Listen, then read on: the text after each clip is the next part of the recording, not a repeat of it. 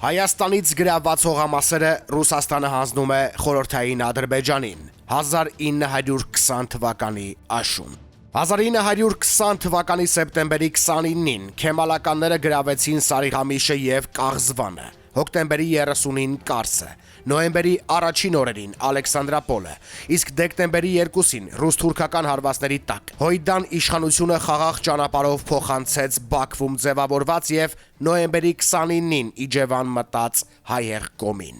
Ներկայացնում ենք ՀՅԴ Հարաճ օրաթերթի 1920 թվականի հոկտեմբերի 12-ի խմբագրականը Անիարկ.am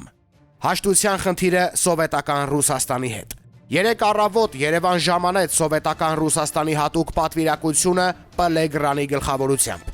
Պատվիրակության նպատակն է, ինչպես հայտնի է, հաշտության դաշինք կնքել Հայաստանի և սովետական Ռուսաստանի միջև։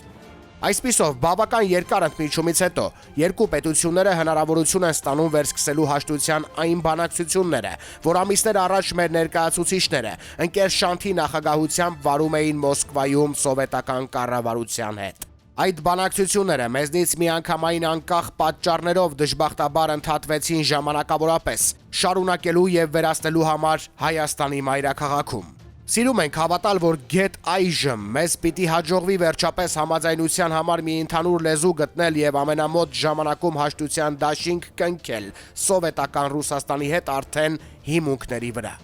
Կարծում ենք, սակայն, որ բանակցությունների և հաջող ընթացքի և ելքի տեսակետից ավելորդ չպիտի լիներ բնավ մի քանի դիտողություն անել օգոստոսի 10-ին կնքված զինադադարի պայմանագրին հաջորդող իրադարձության մասին։ Ինչպես հայտնի է, այդ պայմանագրի գլխավոր հիմունքներից մեկն էլ այն էր, որ սովետական Ռուսաստանը իր չեզոք, այսինքն ոչ թուրք, ոչ էլ հայ, զորքերի միջոցով ժամանակավոր կերպով գրավում էր Նախիջևանը, Զանգեզուրը և Ղարաբաղը։ Այդ գրավումը սակայն չպիտի կանխորոշեր այդ հողամասերի վերջնական բախտը։ Զինադադարի կնքումից հետո անցավ ամբողջ 2 ամիս։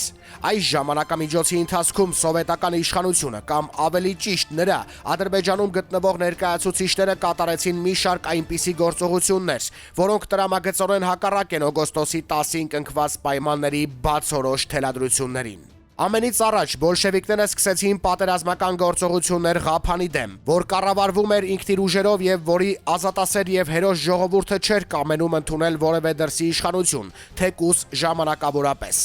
Ղափանը Հայաստանից կտրված է և մի բոլորովին անկախ շրջան է, թե Հայաստանի, թե Ադրբեջանի հանդեպ։ Նա իր դիրքով իսկ չեզոք է։ Հետևաբար ոչ մի հիմք չկար այդ չեզոք հողամասը զենքի ուժով գրավելու։ Որովհետև սովետական իշխանության և սովետական չեզոք զորքերի միջամտության բուն նպատակը ըստ օգոստոսի 10-ի պայմանագրի ուրիշ բան չպիտի լիներ, բայց եթե վերջ տար Ադրբեջանի և Հայաստանի միջև տեղի ունեցող արյունոտ կռիվներին և իր չեզոք զորքերով պահպանել խաղաղությունը Նախիջևանում, Զանգեզուրում և Ղարաբաղում մինչև այն րոպեն, երբ նրան կհաջողվեր իր արդար միջամտությամբ որոշել գրավված հողամասերի քաղաքական բախտը։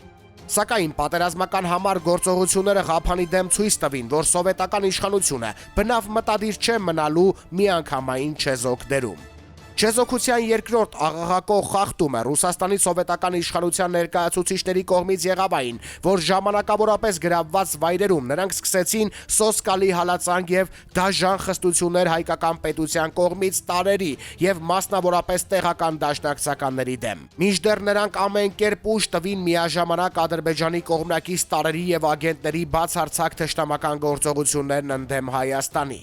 Մենք մեր ձեռքի տակ ունենք անհերքելի փաստեր, որ Խալիլ Փաշաների նման անձնավորություններ մինչև այսօր էլ գործում են իրենց բանդաներով հայ ժողովրդի դեմ և հրով ու սրով ստիպում են տեղական ազգաբնակչությանը Զանգեզուրում և Նախիջևանում ընդունել Ադրբեջանի իշխանությունը։ Երրորդ, ամենահիմնական և ուղղակի խախտումը օգոստոսի 10-ի պայմանագրի այն եղավ, որ սովետական ռուս զորամասերը հեռացվեցին գրավված վայրերից և նրանց տեղը բերվեցին կամ կազմակերպվեցին գերազանցապես թուրքական զորքեր, որոնք ամեն ինչ են, բայց ոչ համենայն դեպս չեզոք Հայաստանի հանդեպ։ Այդ իրադարձություններից հետո կարող են արդյոք հայ ժողովուրդը և նրա հարազատ կառավարությունն ընդունել կատարյալ վստահություն Պ. Չիչերինի և Պելեգրանի կողմից բազմիցս մեր պետության հասցեին կրկնած բարեկամական խոսքերի լիակատար անկեղծության և շիտակության մասին։ Վերոհիշյալ փաստերը գալիս են դժբախտաբար կասկածների առիթներ տալու սովետական Ռուսաստանի միջնորդության արդար և հաջող ելքի մասին հայ-ադրբեջանական վիճելի խնդիրների լուծման գործում։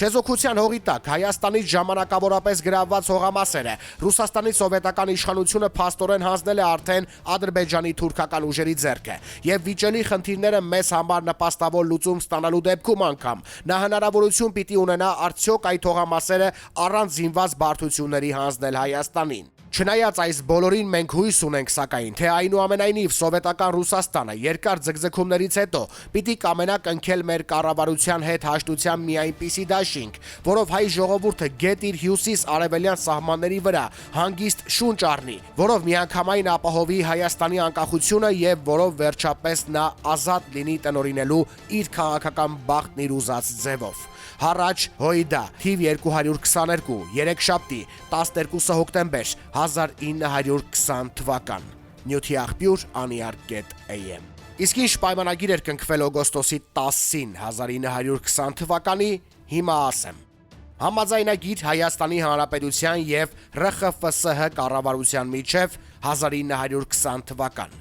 1920 թվականի օգոստոսի 10-ին ՌԽՖՍՀ Ռուսաստանի Սոցիալիստական Ֆեդերատիվ Խորհրդային Հանրապետությունը հանձին լիազոր ներկայացուցիչ Լեգրանի մի կողմից եւ Հայաստանի ներկայացուցիչներ Ջամալյանի եւ Բաբալյանի մյուս կողմից ելնելով Հայաստանի անկախության եւ լրիվ ինքնուրույնության ճանաչումից ստորագրեցին սույն համաձայնագիրը։ Առաջին 1920 թվականի օգոստոսի 10-ից ցերեկվա ժամը 12-ից ՌԽՖՍՀ եւ Հայաստանի զորքերի միջև ռազմական գործողությունները համարվում են դադարեցված։ Երկրորդ Հայաստանի զորքերը գրավում են հետեւյալ գիծը. Շահթախթի, Խոք, Ազնաբյուրտ, Սուլթանբեգ եւ այնուհետեւ Կուկիից դեպի հյուսիս եւ Բազարչայից, Բազարքենտ դեպի արևմուտք ընկած գիծը, իսկ Ղազախի նահանգում սույն թվականի հուլիսի 30-ին նրանց գրաված գիծը։ ՌԽՖՍՀ զորքերի կողմից գրավվում են վիճելի մարզերը, Ղարաբաղը, Զանգեզուրը եւ Նախիջևանը, բացառությամբ այն շերտի, որը սույն համաձայնագրով որոշված է Հայաստանի զորքերի տեղակայման համար։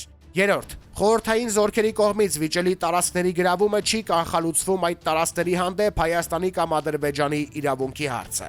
ՌԽՖՍՀ-ն այս ժամանակավոր գրավումով մտադիր էր բարենպաստ պայմաններ ստեղծել Հայաստանի եւ Ադրբեջանի միջև առկա տարածքային վեճերը խաղաղ լուծելու համար այն հիմքերով, որոնք սահմանվելու են ՌԽՖՍՀ եւ Հայաստանի միջև ամենամոտ ապագայում ստորագրվելիք խաղաղության պայմանագրով։ Չորրորդ Ռազմական գործողությունների դադարեցման հետ միասին կողմերը դադարեցնում են ռազմական ուժերի կենտրոնացումը ինչպես վիճելի, այնպես էլ սահմանային տարածքներում։ Հինգերորդ առաջիկայում մինչև ՌԽՖՍՀ եւ Հայաստանի միջև պայմանագրի ստորագրումը Շահթախթի Ջուլֆա հատվածի երկաթգծի շահագործումը հանձնվում է Հայաստանի երկաթուղու վարչությանը, սակայն այն հաշվով, որ այն չի կարող օգտագործվել ռազմական նպատակներով։ Վեցերորդ ՌԽՖՍՀ-ն երաշխավորում է Հայաստանի կառավարության այն բոլոր զորամասերի ազատ մուտքը, զենքով եւ հանդերձանքով Հայաստան, որոնք հայտնվել են խորհրդային զորքերի գրաված գծից այն կողմ։ Սույն համաձայնագիրը ստորագրվում է երկու օրինակից, որոնցից մեկը հանձնվում է Հայաստանի ներկայացուցիչներին,